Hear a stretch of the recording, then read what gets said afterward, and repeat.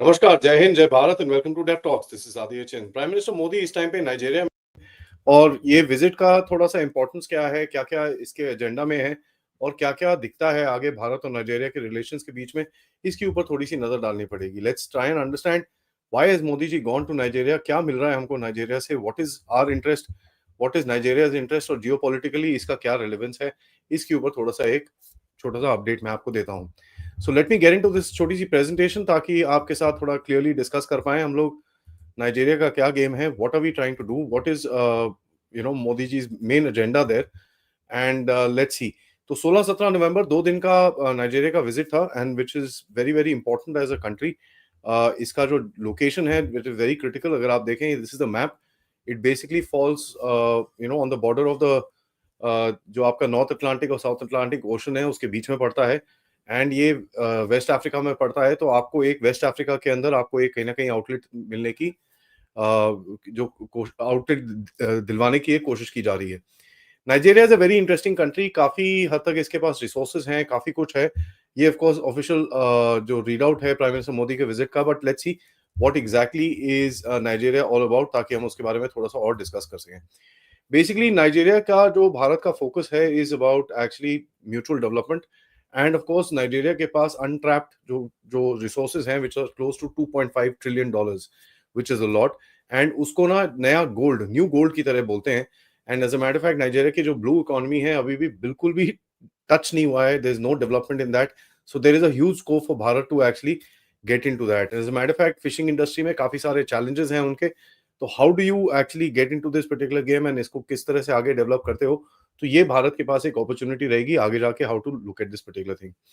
Nigeria Bharat का second largest trading partner है इस पर्टिकुलर रीजन के अंदर।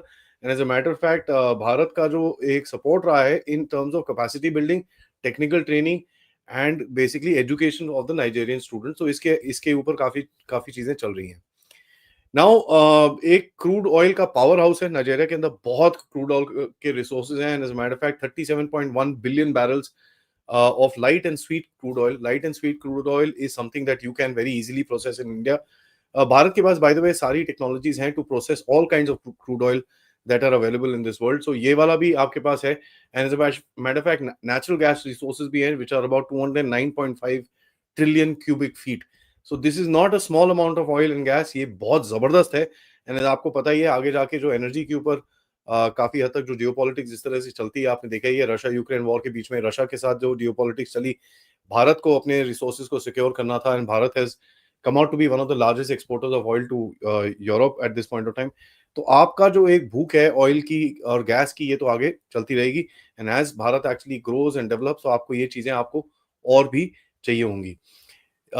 इसके अंदर ये oil and gas sector Nigeria का डेवलप नहीं हुआ है। काफी सारे डिस्ट्रप्शंस हुए हैं वहां पर, मिलिटेंट अटैक्स, टेररिज्म, काफी सारी चीजें होती हैं। एंड अफ्रीका में एक बड़ा अनरिटन सा रूल है, जहां पर भी रिसोर्सेज मिलती हैं वहां पर फटाफट से टेररिस्ट आ जाते हैं। तो तभी आई कीप सेइंग कि this terrorism as it is bad, but उसको कई कंट्रीज यूज करती हैं टू क्रिएट इकोनॉमिक अपॉर्चुनिटीज, और जियोपॉलिटिक्स के हिसाब से लोगों को डिपेंडेंट करने के लिए अपने ऊपर ये चीजें की जाती हैं।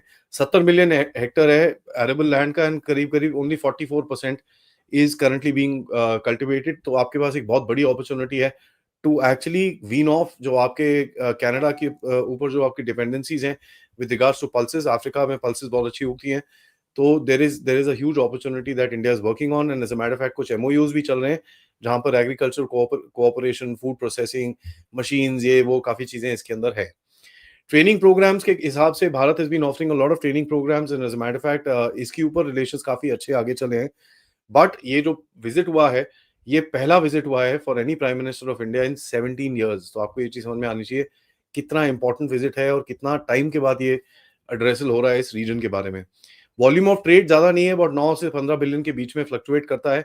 काफी हद तक भारत वहां से तेल तूल ले रहा था, लेकिन द पॉइंट इज दैट अभी इसको धीरे धीरे करके बढ़ाना है। इस टाइम पे 200 कंपनीज हैं भारत की जिन्होंने करीब करीब 27 बिलियन डॉलर नाइजीरिया में ऑलरेडी इन्वेस्ट कर रखा है। और एक काफी लार्ज वहां पर एक डायस्पोरा भी भारत का है।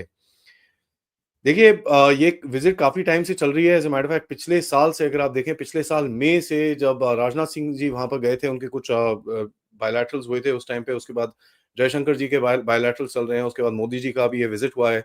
So this is been in in pipeline for a long time. आप काफी हद तक काफी टाइम से इनके ऊपर आप इन्वेस्टमेंट कर रहे हो, बेसिकली डिप्लोमेटिक इन्वेस्टमेंट कर रहे हो to kind of see what you can actually get out of this particular country and what how we can also help mutually beneficial relationship के अंदर। नाउ देखिए, ये सबसे बड़ी इंपॉर्टेंट चीज है कि चाइना का जो एक राइज था अफ्रीका के अंदर, दैट इज फॉल्टरिंग। एंड कहीं ना कहीं चाइना की जो कैपेसिटी थी to provide for loans and to provide for ये जितने भी प्रोजेक्ट्स और ये सब चीजें करने की कैपेसिटी थी, ये तो कहीं कहीं ना कहीं नीचे हो रखी है। So there is a huge opportunity to for Bharat to fill the gap. Now of course China का वर्किंग स्टाइल अलग है, भारत का वर्किंग स्टाइल अलग है। So there is something that there is a balance that you can actually maintain. But कहीं ना कहीं China China अभी भी काफी चीजें अफ्रीका से और स्पेशली नाइजीरिया से काफी कुछ खरीदता है। And as a matter of fact Africa के साथ उनका ट्रेड अभी भी काफी ज्यादा है। हैविंग सेड दैट, बीच में जो गैप्स छूटेंगे उसके अंदर भारत को घुस के भारत को अपने लिए जो भी चीजें करनी है दैट इज इजी, क्योंकि आपका जो एक नजरिया है is about cooperation coordination rather than only China win sort of a policy, जहां पर चाइना ही सब कुछ लेके बैठ जाता है and basically the rest the country which is there जिसने चाइना के साथ डील करी है that that lies in the lurch, उसके पास कुछ बचता ही नहीं है। नाइजीरिया का एक बहुत इंपॉर्टेंट रोल है अफ्रीकन यूनियन के अंदर, जहां पर अगर आप देखें पिछले साल G20 के अंदर आप अफ्रीकन यूनियन को अंदर लेके आए थे। As a matter fact Nigeria is a leading political and economic power in the region and उसका एक वेट है अफ्रीकन यूनियन के अंदर where he can actually influence a lot of decisions आपके एफर्ट की वजह से। As in when they were brought into the G20, अभी G20 समिट भी आज प्राइम मिनिस्टर मोदी पहुंच गए रियो डी जेनेरो, उसके ऊपर भी मैं आपके साथ अपडेट करूंगा। But this is going to be very critical as a country so that आपका इन्फ्लुएंस पूरे अफ्रीकन यूनियन रीजन के अंदर अच्छे से धीरे से क्वाइटली बट एफिशिएंटली बढ़ता रहे। डिफेंस में काफी सारी अपॉर्चुनिटीज हैं, it's the most populous nation, काफी बड़ा एक जियोपॉलिटिकल प्लेयर है, तो ऑब्वियसली डिफेंस की रिक्वायरमेंट रहेगी। 2024 में काउंटर टेररिज्म के ऊपर डिस्कशंस हुई थी नेशनल सिक्योरिटी एडवाइजर के लेवल पे। डिफेंस कैपेबिलिटीज के हिसाब से अगर आप देखें, भारत की एक इंडियन नेवी शिप वहां पर गई थी लागोस के अंदर 2023 के अंदर। जॉइंट नेवल एक्सरसाइजेस हो रही हैं, आपकी आर्मी की एक्सरसाइजेस हो रही हैं, एंटी पायरेसी एक्टिविटीज और अदर जो दूसरे तरह के थ्रेट्स हैं टेररिज्म के, उसके ऊपर एक्सरसाइजेस होती हैं, आपकी कोऑपरेशन कोऑर्डिनेशन है उनके साथ। नाइजीरियन आर्मी ने भारत के साथ अभी जो डील्स चल रही हैं उसके अंदर अटैक हेलीकॉप्टर्स लेने की बात करी है। As a matter of fact कुछ न्यूज आ रही थी कि भाई तेजस का भी कुछ डिस्कशन चल रही है उसके अंदर। There is a soft line of credit that Bharat is given कि भैया ठीक है आप ले लो, पैसे बाद में दे देना और we will take some goods from you and this and that. तो आप इंकरेज कर रहे हो for Nigeria to kind of get involve in your defence industry. आपको पता ही है इस टाइम पे भारत के जो defence exports are actually growing pretty well. थोड़ा सा there is a gap of course of technology, there is a gap of research and there is a gap of production. Having said that, काफी चीजें अभी धीरे धीरे करके private sector जैसे जैसे अंदर आएगा you will see them sorting out. It's not just the Tejas which is the problem. There is a lot of positives which are also there, and जिससे आपका जो the exports are actually growing up multifold. So there is an opportunity that you can actually take up. अगर एक आधा country Africa के अंदर आपके equipment use करना शुरू हो जाता है, then it will be a open door. उसके बाद धीरे धीरे करके आप you can actually infiltrate into other countries and actually sell more. India ने काफी एक क्रूशल रोल प्ले किया था नाइजीरियन वॉर कॉलेज और नाइजीरियन डिफेंस एकेडमी एस्टैब्लिश करने के लिए for their own training for their own officers.